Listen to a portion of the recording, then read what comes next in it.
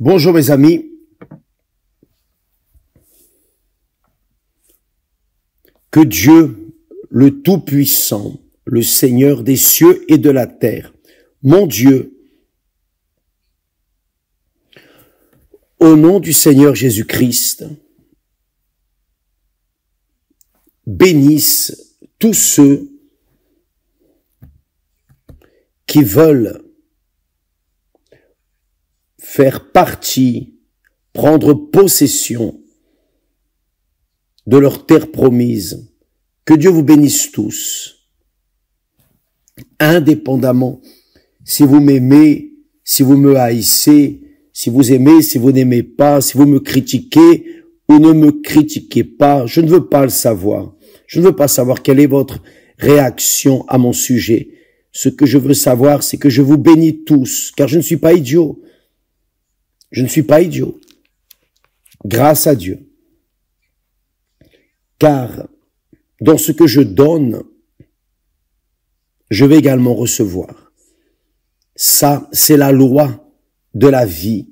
C'est la loi du Saint-Esprit. Tout ce que l'homme sèmera, il le moissonnera. Si je sème le bien, je moissonnerai le bien. Si je sème le mal, je moissonnerai le mal.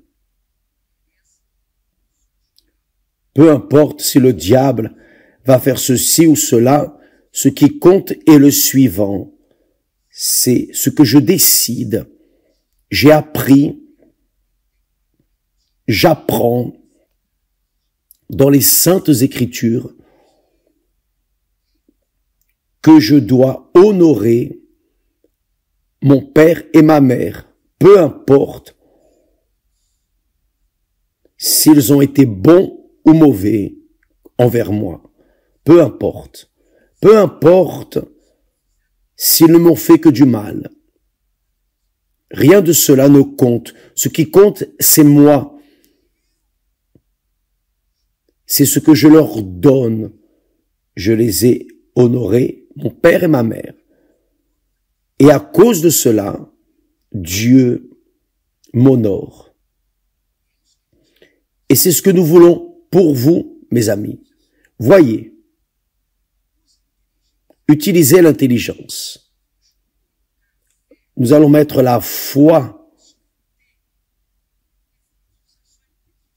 de côté. Nous allons n'utiliser que l'intelligence. Car les personnes pensent que c'est une question de religion, de philosophie, de doctrine, rien de tout cela. Nous allons laisser la foi de côté pour le moment et utiliser seulement l'intelligence. Nous allons penser, raisonner. Par exemple, le père et la mère qui ont un enfant, une fille, un fils, qu'est-ce que ces parents pensent? La première chose à laquelle ils pensent quand l'enfant est engendré, c'est le nom de l'enfant, n'est-ce pas? Parce que ce nom, l'enfant le portera durant toute sa vie. Très bien. Donc, après, que font-ils? Ils se préparent.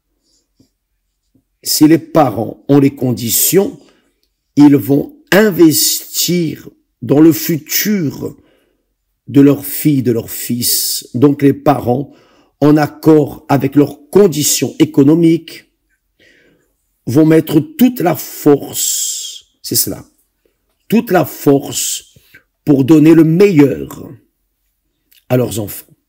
Pourquoi? Parce que les parents veulent voir leurs enfants brillants dans ce monde. Les parents veulent être honorés par leurs enfants. Quand les enfants sont bons, les voisins disent « Oh, tu as vu tel, tel ». Ce sont des personnes éduquées, des personnes du bien. Qui est leur père? Ah, leur père c'est tel.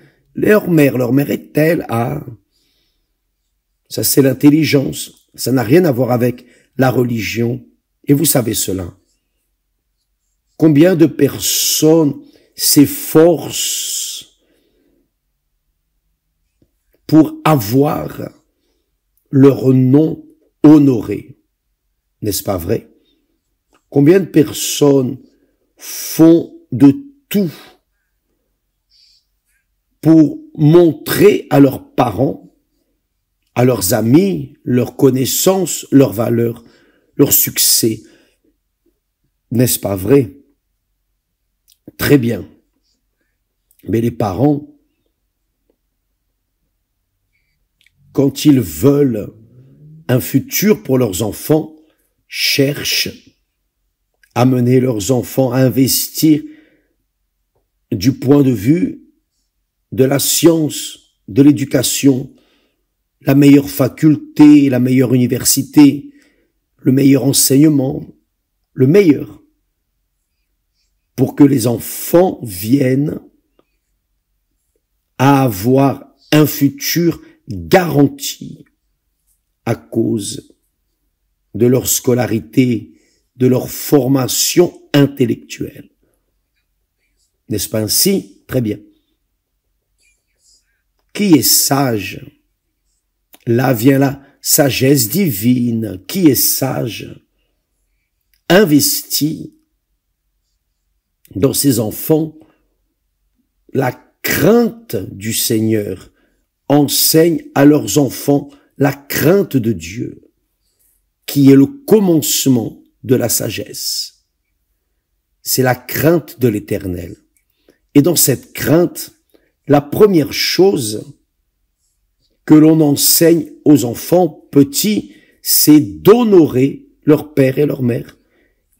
Car en faisant cela, s'ils obéissent à leurs parents, s'ils suivent la direction de leurs parents, cet enseignement que tout le monde peut avoir, riche, pauvre, la personne qui est née avec le derrière tourné vers la lune, ou la pauvre est née dans la poubelle, peu importe. Où que la personne soit, quelle que soit sa couleur, sa race, sa condition économique, c'est un être humain, c'est une vie. Et lorsque l'on investit dans la crainte de l'Éternel, lorsqu'on lui enseigne d'abord à honorer ses parents,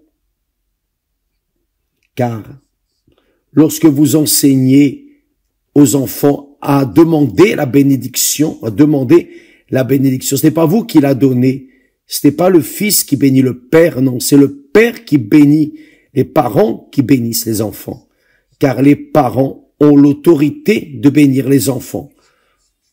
Ils peuvent être les pires parents du monde, peu importe, mais ils ont l'autorité de bénir leurs enfants ou de les maudire.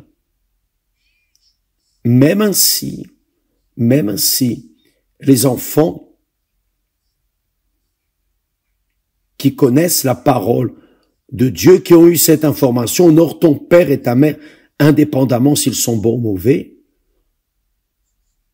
Si les enfants obéissent, ils seront honorés par Dieu, car les parents sont l'autorité de Dieu envers les enfants, peu importe si les parents croient ou non en Dieu. Cette autorité, le père et la mère la reçoivent quand naît le premier enfant. Parce que dans ce que les enfants reconnaissent l'autorité des parents, qui sont supérieurs à eux, les enfants deviennent inférieurs lorsque la personne honore l'autre, dans le sens de père et de fils. Quand les enfants honorent les parents, c'est l'inférieur qui reconnaît le supérieur. Et quand ils font cela, leurs parents représentent Dieu ou ont l'autorité de Dieu, car leurs parents ont été ceux qui les ont engendrés. Ce sont les parents qui ont mené l'enfant au monde. Donc, quand une personne amène un enfant au monde, elle est responsable de cet enfant.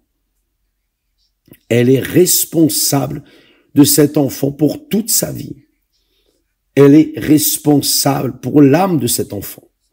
C'est pour cela que l'on ne doit pas avoir des enfants à volonté comme ça. Avant d'avoir un enfant, vous devez bien penser si vous êtes en condition de l'avoir, car une fois que vous engendrez un enfant, vous avez engendré cet enfant parce que Dieu vous a donné ce droit, cette autorité, cette condition. C'est Dieu qui vous a donné les conditions d'engendrer des enfants. C'est cela. Donc, quand les enfants apprennent à honorer les parents, les enfants ont un futur garanti, indépendamment de facultés, s'ils ont de l'argent, s'ils n'en ont pas, indépendamment de toute situation. Faites attention, car il est écrit, c'est Dieu qui a dit, ce n'est pas l'homme, ce n'est pas une idée, ce n'est pas surgi du rien, non. Dieu a institué cette loi pour tout être humain. Peu importe si c'est de droite, de gauche, peu importe comment est la personne, Dieu a dit, honore ton père et ta mère, comme l'Éternel te l'a ordonné. Ce n'est pas, disons, une option d'honorer père et mère. C'est une ordonnance, un commandement, c'est une obligation des enfants d'honorer leurs parents. Une obligation. Honore, fais cela. Honore ton père et ta mère. Tu sais ce qu'il va arriver? Tes jours se prolongeront sur la terre, c'est-à-dire tu auras une vie prolongée dans le pays et plus, tu vivras longtemps, mais également tu seras heureux dans le pays. C'est ce qu'il dit ici. Honore ton père et ta mère, comme l'Éternel te l'a ordonné, afin que tes jours se prolongent et que tu sois heureux dans le pays que l'Éternel, ton Dieu, t'a donné. Et voyez, mes amis, c'est extrêmement glorieux. Le jeune est arrivé près du Seigneur Jésus et lui a dit, que ferai-je pour hériter la vie éternelle? Que ferai-je pour hériter la vie éternelle? Et le Seigneur Jésus lui a dit, honore. Le Seigneur Jésus lui a dit, accomplis les commandements. Il a dit, quels sont ces commandements? Tu ne tueras pas, tu ne voleras pas, tu n'adultéreras point, tu ne forniqueras pas, enfin. Mais il a aussi dit, honore ton père et ta mère. Le Seigneur Jésus a dit, c'est le Seigneur Jésus qui a ajouté, honore ton père et ta mère. Honore ton père et ta mère. C'est-à-dire qu'honorer père et mère est une condition pour que nous héritions par-dessus tout, non seulement la terre et le bien dans cette vie, mais hériter la vie éternelle. Je vais poster après, vous allez, je cherche ici, je ne trouve pas. On met tant de choses.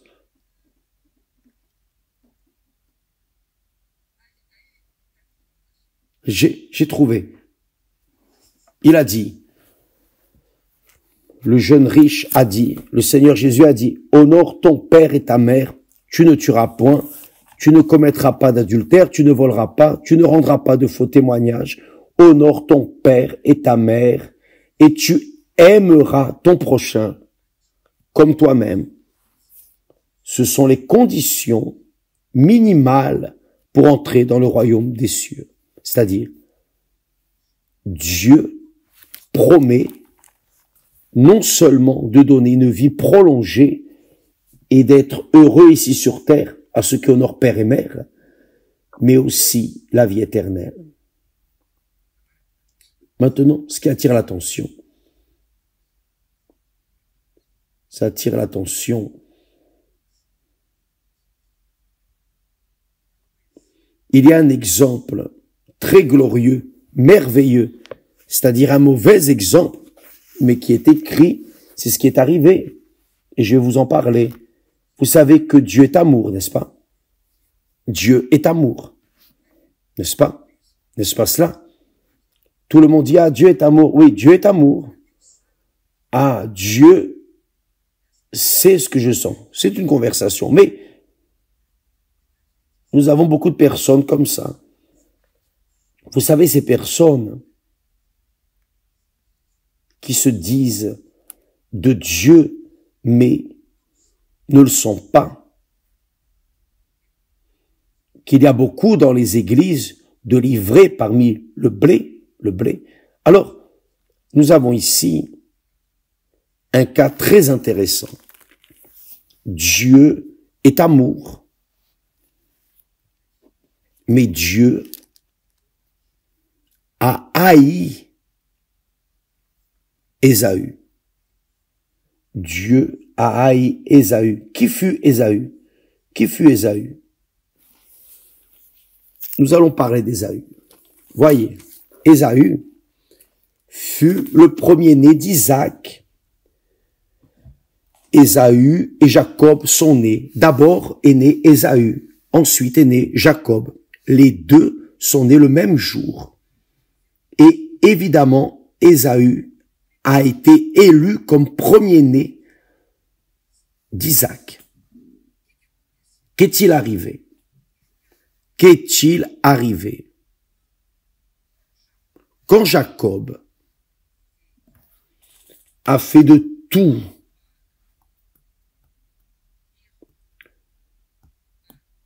pour avoir le droit d'aînesse, c'est-à-dire être le remplaçant de son père, être le substitut de son père lorsqu'il mourrait, Ésaü, la mère, sa mère, leur mère, a trouvé un moyen que son fils Jacob reçoive la bénédiction de son père. Voyez le pouvoir de la bénédiction du père, des parents, le pouvoir des bénédictions des parents. Ésaü, ou plutôt Jacob, a fait ce qu'Isaac voulait qu'il fasse, un plat spécial, il lui a apporté, et alors, Isaac a béni Jacob à la place d'Ésaü, car Isaac était déjà aveugle, il ne voyait rien, et Dieu a permis cette cécité, et Isaac, dans sa vieillesse, pour qu'il bénisse Jacob. Car Ésaü, il savait déjà qu'il ne servirait pas. Et Dieu, ou plutôt Isaac, a béni Jacob à la place d'Ésaü sans le savoir. Lorsqu'il l'a su, il était tard. Après qu'Isaac a béni Jacob, il n'a rien pu faire de plus. J'ai déjà déterminé la bénédiction, c'est fini. Voyez le pouvoir de la parole du père, de la mère. L'autorité qu'ils ont eue. Isaac a été trompé par Jacob. Même ainsi, sa parole ne pouvait pas revenir en arrière. Son autorité avait déjà été déterminée. Donc évidemment, Jacob a été béni. Mais qu'est-il arrivé quand Ésaü a su que son fils son frère lui est passé devant, il avait déjà négocié la bénédiction là en arrière. Il a échangé la bénédiction d'aînesse pour un plat de lentilles. Mais quand Ésaü s'est vu perdu, sans le droit au droit d'aînesse, Ésaü est resté fâché, révolté contre le père, révolté contre sa mère, mais spécialement contre son père. Voyez, le texte sacré dit qu'Isaac et son épouse chérie ne voulaient pas que leurs enfants se marient avec les femmes d'autres peuples, spécialement d'autres peuples.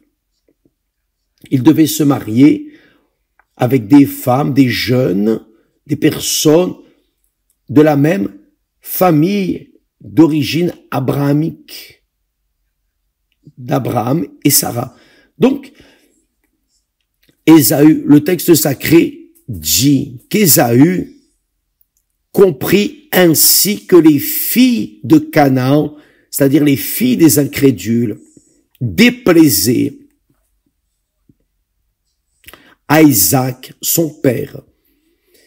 Et Ésaü s'en alla vers Ismaël. Il prit pour femme, outre les femmes qu'il avait, Mahalat, fille d'Ismaël, fils d'Abraham et sœur de Démajot. Voyez, Ésaü est resté tellement en colère contre ses parents, tellement révolté, qu'il est allé faire exactement ce qu'il haïssait le plus, qu'il se marie avec des personnes qui n'avaient pas la bénédiction abrahamique, de la lignée d'Abraham, avec Sarah. Qu'est-il arrivé? Dieu a haï Ésaü. Dieu a haï Ésaü. Il n'y avait plus rien à faire. Pas à cause de cela, parce qu'il a pris d'autres femmes, mais parce que Ésaü a échangé son droit d'aînesse contre un plat de lentilles. C'est-à-dire, il a méprisé, il a fait peu de cas de l'aînesse, du droit d'aînesse. Cela, mes amis, est extrêmement important dans la vie de l'être humain. Je sais que de nos jours, cela n'a aucune valeur pour ce monde, mais pour ceux qui craignent Dieu, cela est extrêmement précieux, puissant, car cela garantit une vie prolongée dans le pays et être heureux, car Dieu l'a promis. Quand la personne se soumet à sa parole, quand Dieu a béni Abraham, tous les enfants d'Abraham et de Sarah seraient naturellement bénis à cause d'Abraham. Ce n'est pas parce qu'il le méritait, non, mais c'était à cause d'Abraham. Donc, la bénédiction de votre père, de votre mère, est avec responsabilité. Si vous enseignez vos enfants à craindre Dieu, à honorer leurs parents, alors vous allez garantir le futur de vos enfants. Le plus grand investissement que les parents font dans la vie de leurs enfants, c'est la crainte de l'Éternel. Car dans la crainte de l'Éternel, qui craint l'Éternel honore son père et sa mère. Qui craint Dieu, craint ses parents. Car ce que ses parents disent va arriver. Vous comprenez? Car les parents, dans la réalité, sont l'autorité de Dieu envers leurs enfants, envers les enfants. Ce n'est pas envers le monde, envers les autres personnes, spécialement envers les enfants. Ils sont l'autorité sur leurs enfants. Donc, mes amis, vous voulez garantir le futur de votre fille, de votre fils, ne pensez pas d'abord à l'université, aux études, etc. La première chose, c'est d'enseigner la crainte de l'Éternel. Et la crainte de l'Éternel ordonne que nous honorions père et mère pour que notre vie se prolonge dans le pays et que nous soyons heureux. C'est ce que promet Dieu lui-même. Je lis le texte de nouveau. Honore ton père et ta mère, comme l'Éternel, ton Dieu, te l'a ordonné, t'a commandé. C'est un commandement, une obligation. Dieu a déjà déterminé cela. Honore ton père et ta mère, comme l'Éternel, ton Dieu, te l'a ordonné. Il n'a pas demandé, il a ordonné. Afin que tes jours se prolongent et que tu sois heureux dans le pays, pour que tu sois heureux, que tu aies du succès dans le pays que l'Éternel, ton Dieu, te donne. C'est pour cela, nous avons parlé hier, que quand les parents maudissent les enfants sont maudits, bien sûr, que quand les enfants connaissent la parole de Dieu, quand les enfants commencent à obéir à la parole de Dieu et ont le Seigneur Jésus comme leur Seigneur et Sauveur, alors la malédiction des parents ne vaut rien, elle ne fonctionne pas. Pourquoi? Car les enfants ont déjà été retirés de l'autorité de leurs parents, car ils sont maintenant sous l'autorité du Seigneur Jésus.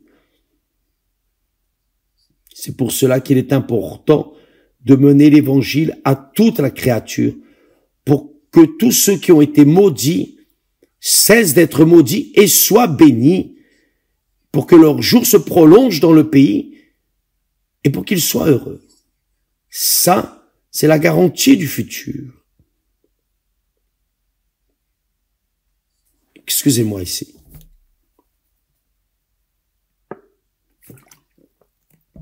Quand les enfants étaient jeunes,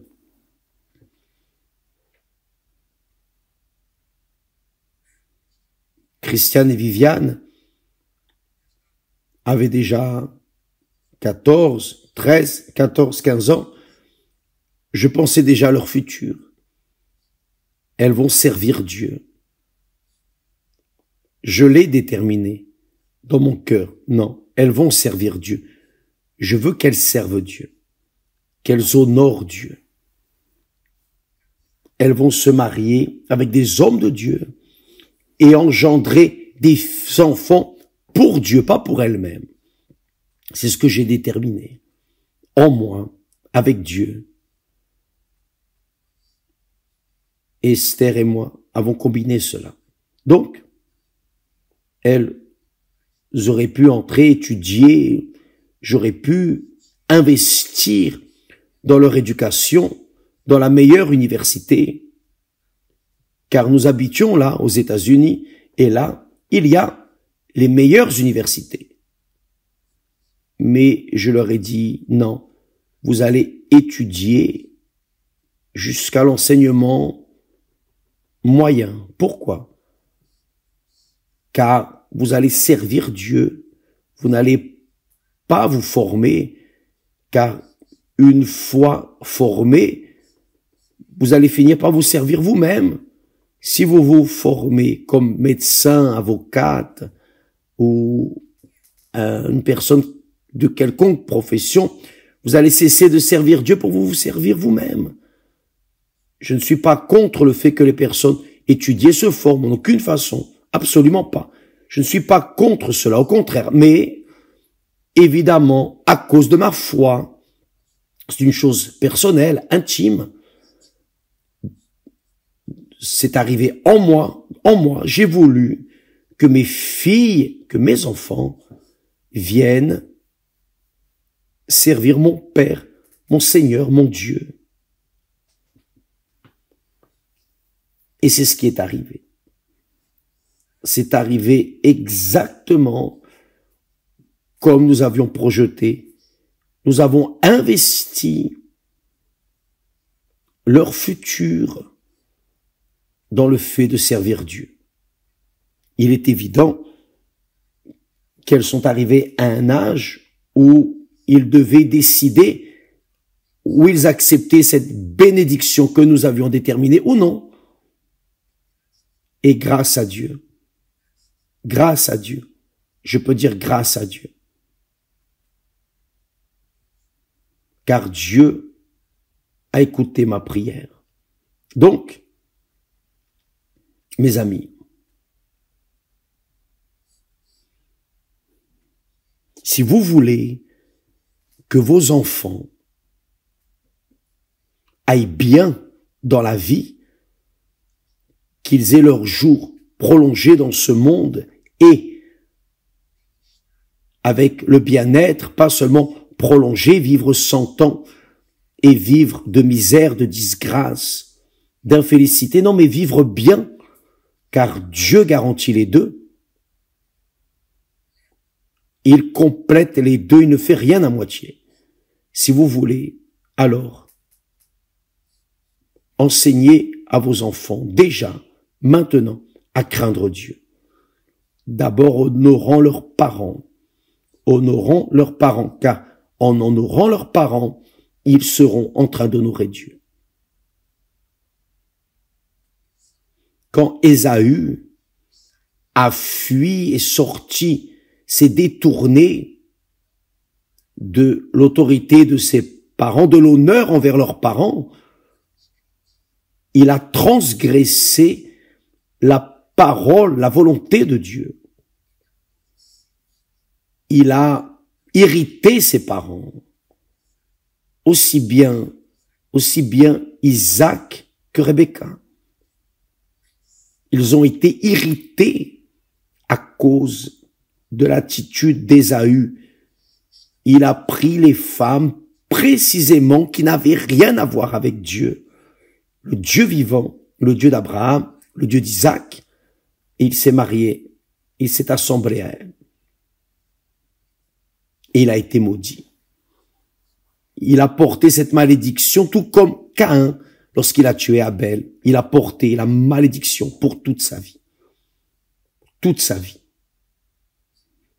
Vous voulez bénir vos enfants? Vous voulez qu'ils soient bénis? Alors, enseignez-leur le chemin de Dieu, la crainte de l'Éternel, à honorer père et mère. Comme Dieu leur donne.